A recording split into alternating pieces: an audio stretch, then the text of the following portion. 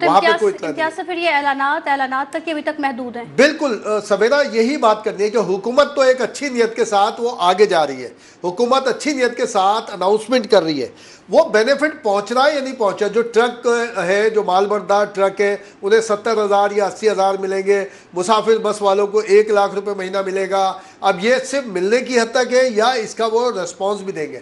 دیکھیں جب مشکل وقت آتا ہے نا, حکومت اچھے اقدامات کرتی ہے, وہاں سخت فیصلے بھی کرنے چاہیے. یہ پاکستانی ہے, یہ ٹرانسپورٹر پاکستانی ہے, یہ تاجر پاکستانی ہے, ہم سب پاکستانی ہیں. تو ہمیں بھی پابند کیا جائے کہ اگر ہم 3-4 مہینے منافع نہیں کمائیں گے تو کیا ہو جائے گا, کیا کس طرح کے معاملات ہو جائیں گے. تو اگر عوام کو سبسڈی سویرا ہم نے دینی ہے تو حکومت تو کر رہی ہے اچھے اقدامات, لیکن ہم سب مل کے کیوں نہیں کرنے کو تیار ہیں. یہاں پر سختی کی بھی ضرورت ہے بہت ساری. جیسے میں ایک جملے کے طور پہ کہوں کہ آج وزیر اعلیٰ سے جب سوال کیا گیا کہ جی پنجاب میں اور دیگر جگہوں پر اعلان ہو گیا ہے تاجروں حساب سے کہ 8 بجے شاپ بند ہو جائیں گی, 10 بجے شادی ہال بند ہو جائے گی. انہوں نے کہا جی کراچی کا مسئلہ ہے, کراچی کے ڈائنامکس میں کیا کراچی پاکستان سے علیحدہ ہے یا کراچی کا تاجر پاکستان سے انوکھا تاجر ہے.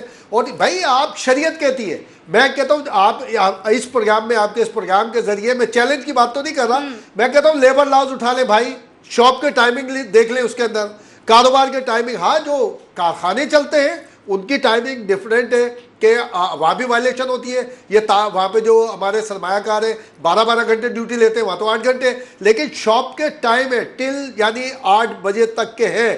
تو یہاں پہ کیوں نہیں عمل درا, وہ کہہ رہے جی ہم بات کریں گے تاجروں سے, وہ مانے نہ مانے کس طرح ہو. بھائی ایک سنگل ڈش پنجاب میں کیسے امپلیمنٹ ہو رہی ہے, کیوں ہو رہی ہے پنجاب میں امپلیمنٹ, وہاں کرائی جا رہی ہے تو ہو رہی ہے نا 8 بجے کا. اور آپ جو ہے تاجروں کو کہیں کہ بھائی تاجروں سے بات بھی کریں, ان کو فیسیلیٹیٹ جب آپ کر رہے ہیں تو اپنے اقدامات بھی کریں. تو یہ جو سبسڈی بہترین اقدام ہے حکومت کا, لیکن اس کا ریسپانس عوام تک پہنچنا چاہیے.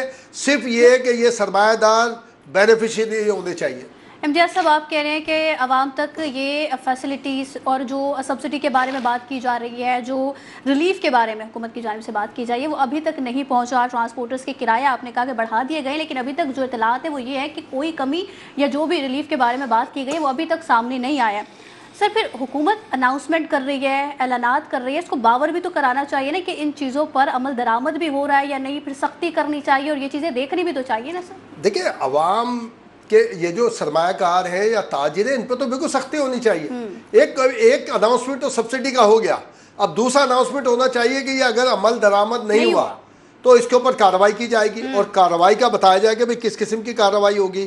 کیونکہ اچھی نیت کے حوالے سے اچھے اقدامات کا بھی اگر بینیفٹ نہیں ملے تو یہ تاجر تو پاکستان سے کمایا نا بھائی آپ نے, چاہے ٹرانسپورٹر ہو یا کوئی ہو, میں ہوں آپ ہو, کوئی بھی. جب ایک مشکل وقت ہے ملک پر, قوم پر ایک مشکل وقت ہے, تو اس سے ہم سب کو مل کر نکلنا چاہیے. حکومت اقدامات اچھے کر رہی ہے, اس کا بینیفٹ پہنچنا چاہیے, نہیں تو حکومت کو سختی سے اقدامات کرنے چاہیے. حکومت کو سختی سے اقدامات کرنے چاہیے. فیصل حکیم صاحب, سر امتیاز صاحب کہہ رہے ہیں کہ ٹرانسپورٹرز کی جانب سے کرائے تو بڑھا دیے گئے, حکومت کی جانب سے اناؤنسمنٹ بھی ہو گئی ہے, ریلیف کے حوالے سے بات کریں, سبسڈی کے حوالے سے بات کریں, لیکن وہ کوئی چیز ہمیں دیکھنے میں نہیں آ رہی ہے. اور امتیاز صاحب یہی کہہ رہے ہیں کہ حکومت کو چاہیے تھوڑی سختی دکھائے کہ عمل درآمد نہیں ہوگا تو پھر اس پر قانونی کارروائی بھی سر ہونی چاہیے. پھر فیصل حکیم صاحب اس حوالے سے سختی دیکھنے میں بھی آئے گی. حکومت نے جو اعلان کیا اس کے مطابق جو ہے وہ سبسڈی بھی ملے گی, اور اس کے لیے حکومت نے جو صوبائی حکومتیں ہیں ان کو بھی ہدایات جاری کر دی ہیں, جو ضلعی حکومتیں ہیں اس حوالے سے بھی کام کر رہی ہیں. تو یہ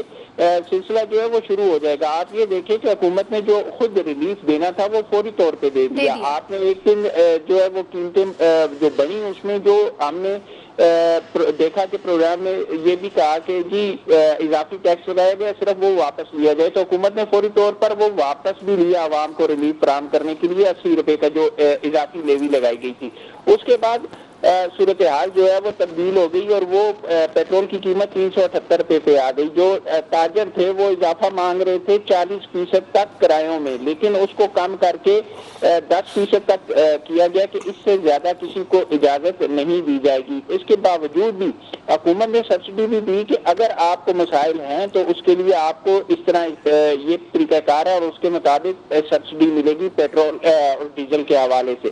اگر آپ دیکھیں تو پنجاب اور وفاق کی اگر میں بات کروں تو پنجاب اور وفاق میں جو صورتحال ہے، جتنی بھی میٹرو بس سروسز ہیں، چاہے وہ اس کا کوئی بھی نام ہے، گرین لائن ہے یا ریڈ میٹرو بس سروسز ہے، یا سی ڈی اے کی طرف سے جو اسلام آباد کے اندر الیکٹرک وہیکل چلائی جائے، ان پر جو ہے وہ مکمل طور پر فری کر دیا گیا ہے کہ عوام جو ہے وہ 1 ماہ تک 4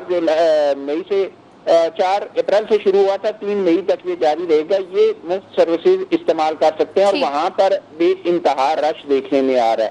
حکومت اس پہ جو ایک سبسڈی نہیں بلکہ سہولت فراہم کر رہی ہے۔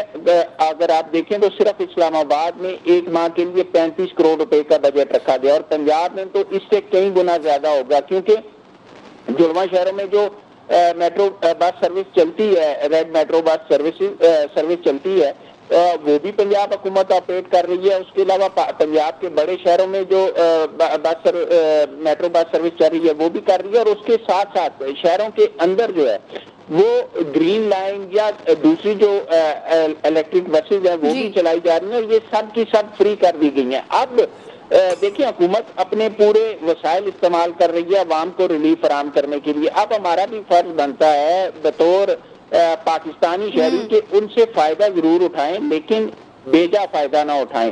حکومت نے جتنا آپ کو ایک کوشن دیا ہے کہ اتنا ریلیف آپ کو دیا جائے گا، آپ عوام کو سہولت فراہم کریں، تو ذمہ دار تاجر ہونے کے ساتھ ذمہ دار پاکستانی ہونے کے ناطے جو ہے اس پر عمل درآمد ہونا چاہیے۔ یہ نہیں ہونا چاہیے کہ اب حکومت ڈنڈا اٹھائے گی تو آپ تبھی ٹھیک ہوں گے۔ کچھ ذمہ داری ہماری اپنی کچھ ذمہ داری ہماری اپنی بھی ہونی چاہیے۔ اعظم ملک صاحب، فیصل حکیم صاحب بالکل درست بات کر رہے ہیں سر، حکومت کی جانب سے ریلیف بھی دینے کی کوشش کی جا رہی ہے، سبسڈی بھی دی جا رہی ہے، اور جو بھی حکومت وسائل ہے اپنے پورے وسائل استعمال کرتے ہوئے عوام کو ریلیف دینے کی پوری کوشش کر رہی ہے، لیکن عمل درآمد ہوتے ہوئے ہم نہیں دیکھ رہے۔ جیسے امتیاز صاحب نے بھی یہی بات کی ہے، تو پھر حکومت کو اب کیا کرنا چاہیے عمل درآمد کروانے کے لیے؟ اعظم ملک صاحب پھر آپ کو بہت شکریہ۔ دیکھیں 3 چیزوں کے اوپر جلدی میں بات کروں گا۔ سب سے پہلے مجھے ایک چیز کی سمجھ نہیں آتی کہ جب ہم ریلیف کی بات کرتے ہیں اور ہم یہ بات کرتے ہیں کہ ریلیف اقدامات کیے جا رہے ہیں اور کفایت شہری پالیسی اپنائی جا رہی ہے، تو مجھے صرف ایک چیز جاننی ہے سب لوگوں سے، جو عوام ہمیں دیکھ رہی ہے ان سے بھی، اور جو بیوروکریٹس ہیں، سیاستدان ہیں، صرف ایک سوال کا جواب مجھے چاہیے، اس کے بعد میں آپ کے سوال کا جواب دوں گا کہ ایسی کون سی کفایت شہری پالیسی ہے کہ وزیر اعظم شہباز شریف صاحب ہر فرائیڈے سیٹرڈے سنڈے لاہور آتے ہیں، 200 گاڑیوں کا کارواں ان کے ساتھ لاہور میں آتا ہے، اور یہاں سے کفایت شہری پالیسی پولیس موو ہوتی ہے، ان کے ساتھ ساتھ اسپیشل برانچ موو ہوتی ہے۔ اور بھائی آپ نے کفایت شہری کرنی ہے تو آپ اسلام آباد میں بیٹھ کے زوم پہ میٹنگ کر لیں۔ آپ کراچی میں بیٹھی، ہمیں یہاں پر لاہور میں فیصل حکیم صاحب کو اسلام آباد سے لیا نا لائیو، تو پرائم منسٹر صاحب بھی لے لیں۔ آپ نے کفایت شہری پالیسی کرنی ہے تو آپ 300 گاڑیوں کا کارواں ہر ہفتے جو ہے لاہور میں آ جاتے ہیں، ہزاروں لیٹر پیٹرول تو یہ پھٹ جاتا ہے۔ مجھے تو سمجھ نہیں آتی یہ کون سی کفایت شہری ہے۔ یہ تو خیر ایک بات تھی جو میں نے کہا میں آپ سے ڈسکس کروں، مجھے نہیں سمجھ آتی ہے ایسا کیوں ہے۔ دیکھیں سویرا ملک میں ایندھن کی قیمتوں میں حالیہ اضافے کے بعد پیدا ہونے والی صورتحال محض ایک معاشی مسئلہ نہیں ہے، بلکہ یہ ایک ہمت بحران کی شکل اختیار کرتی جا رہی ہے، جس کے اثرات براہ راست عوامی زندگی، ٹرانسپورٹ نظام اور اشیاء ضروریات کی قیمتوں پر مرتب ہو رہے ہیں۔ اچھا، سب سے پہلے ابھی میں آپ کو ایک ایکسکلوسیو خبر دے رہا ہوں، ایک رپورٹ ابھی اسپیشل برانچ کی ہے جو گورنمنٹ آف پنجاب کو پیش کی گئی ہے سویرا۔ اس میں یہ کہا گیا ہے، رپورٹ کے مطابق، رپورٹ بتا رہا ہوں میں، یہ اپنے پاس ہی نہیں بتا رہا ہوں، کہ یہ حالیہ جو پیٹرول کی قیمتوں میں اضافہ ہوا ہے اس کی ایک رپورٹ تیار کی گئی ہے۔ دیکھیں اشیاء ضروریہ کی قیمتوں میں تقریباً 25% تک اضافہ ہوا، گوڈس ٹرانسپورٹ کے کرایوں میں 100% تک اضافہ ہوا، انٹرسٹی کرایوں میں تقریباً 67% تک اضافہ۔ اس بات کا ثبوت ہے کہ ایندھن کی قیمتیں پورے معاشی ڈھانچے کو ہلا کر رکھ رہی ہیں۔ یہی وجہ ہے کہ ٹرانسپورٹ سیکٹر کی اگر بات کریں تو اس ٹرانسپورٹ سیکٹر کا جو میں بتا رہا ہوں اسپیشل برانچ کی رپورٹ جو ہے، بس سروسز بند ہوئی ہیں، 71% جو گاڑیاں ہیں وہ سڑکوں سے غائب ہوئی ہیں جو صوبے سے باہر اور صوبے کے اندر ٹریول کرتی تھی۔ مسافروں کی تعداد میں 63% کمی آئی ہے۔ اچھا، اس کے ساتھ ساتھ جو معیشت ہے اس کا پہیہ جو ہے وہ سست ہوا ہے، نقل و حرکت محدود ہوئی ہے، کاروباری سرگرمیاں متاثر ہوئی ہیں، جس کا براہ راست اثر روزگار اور آمدن پر پڑا ہے۔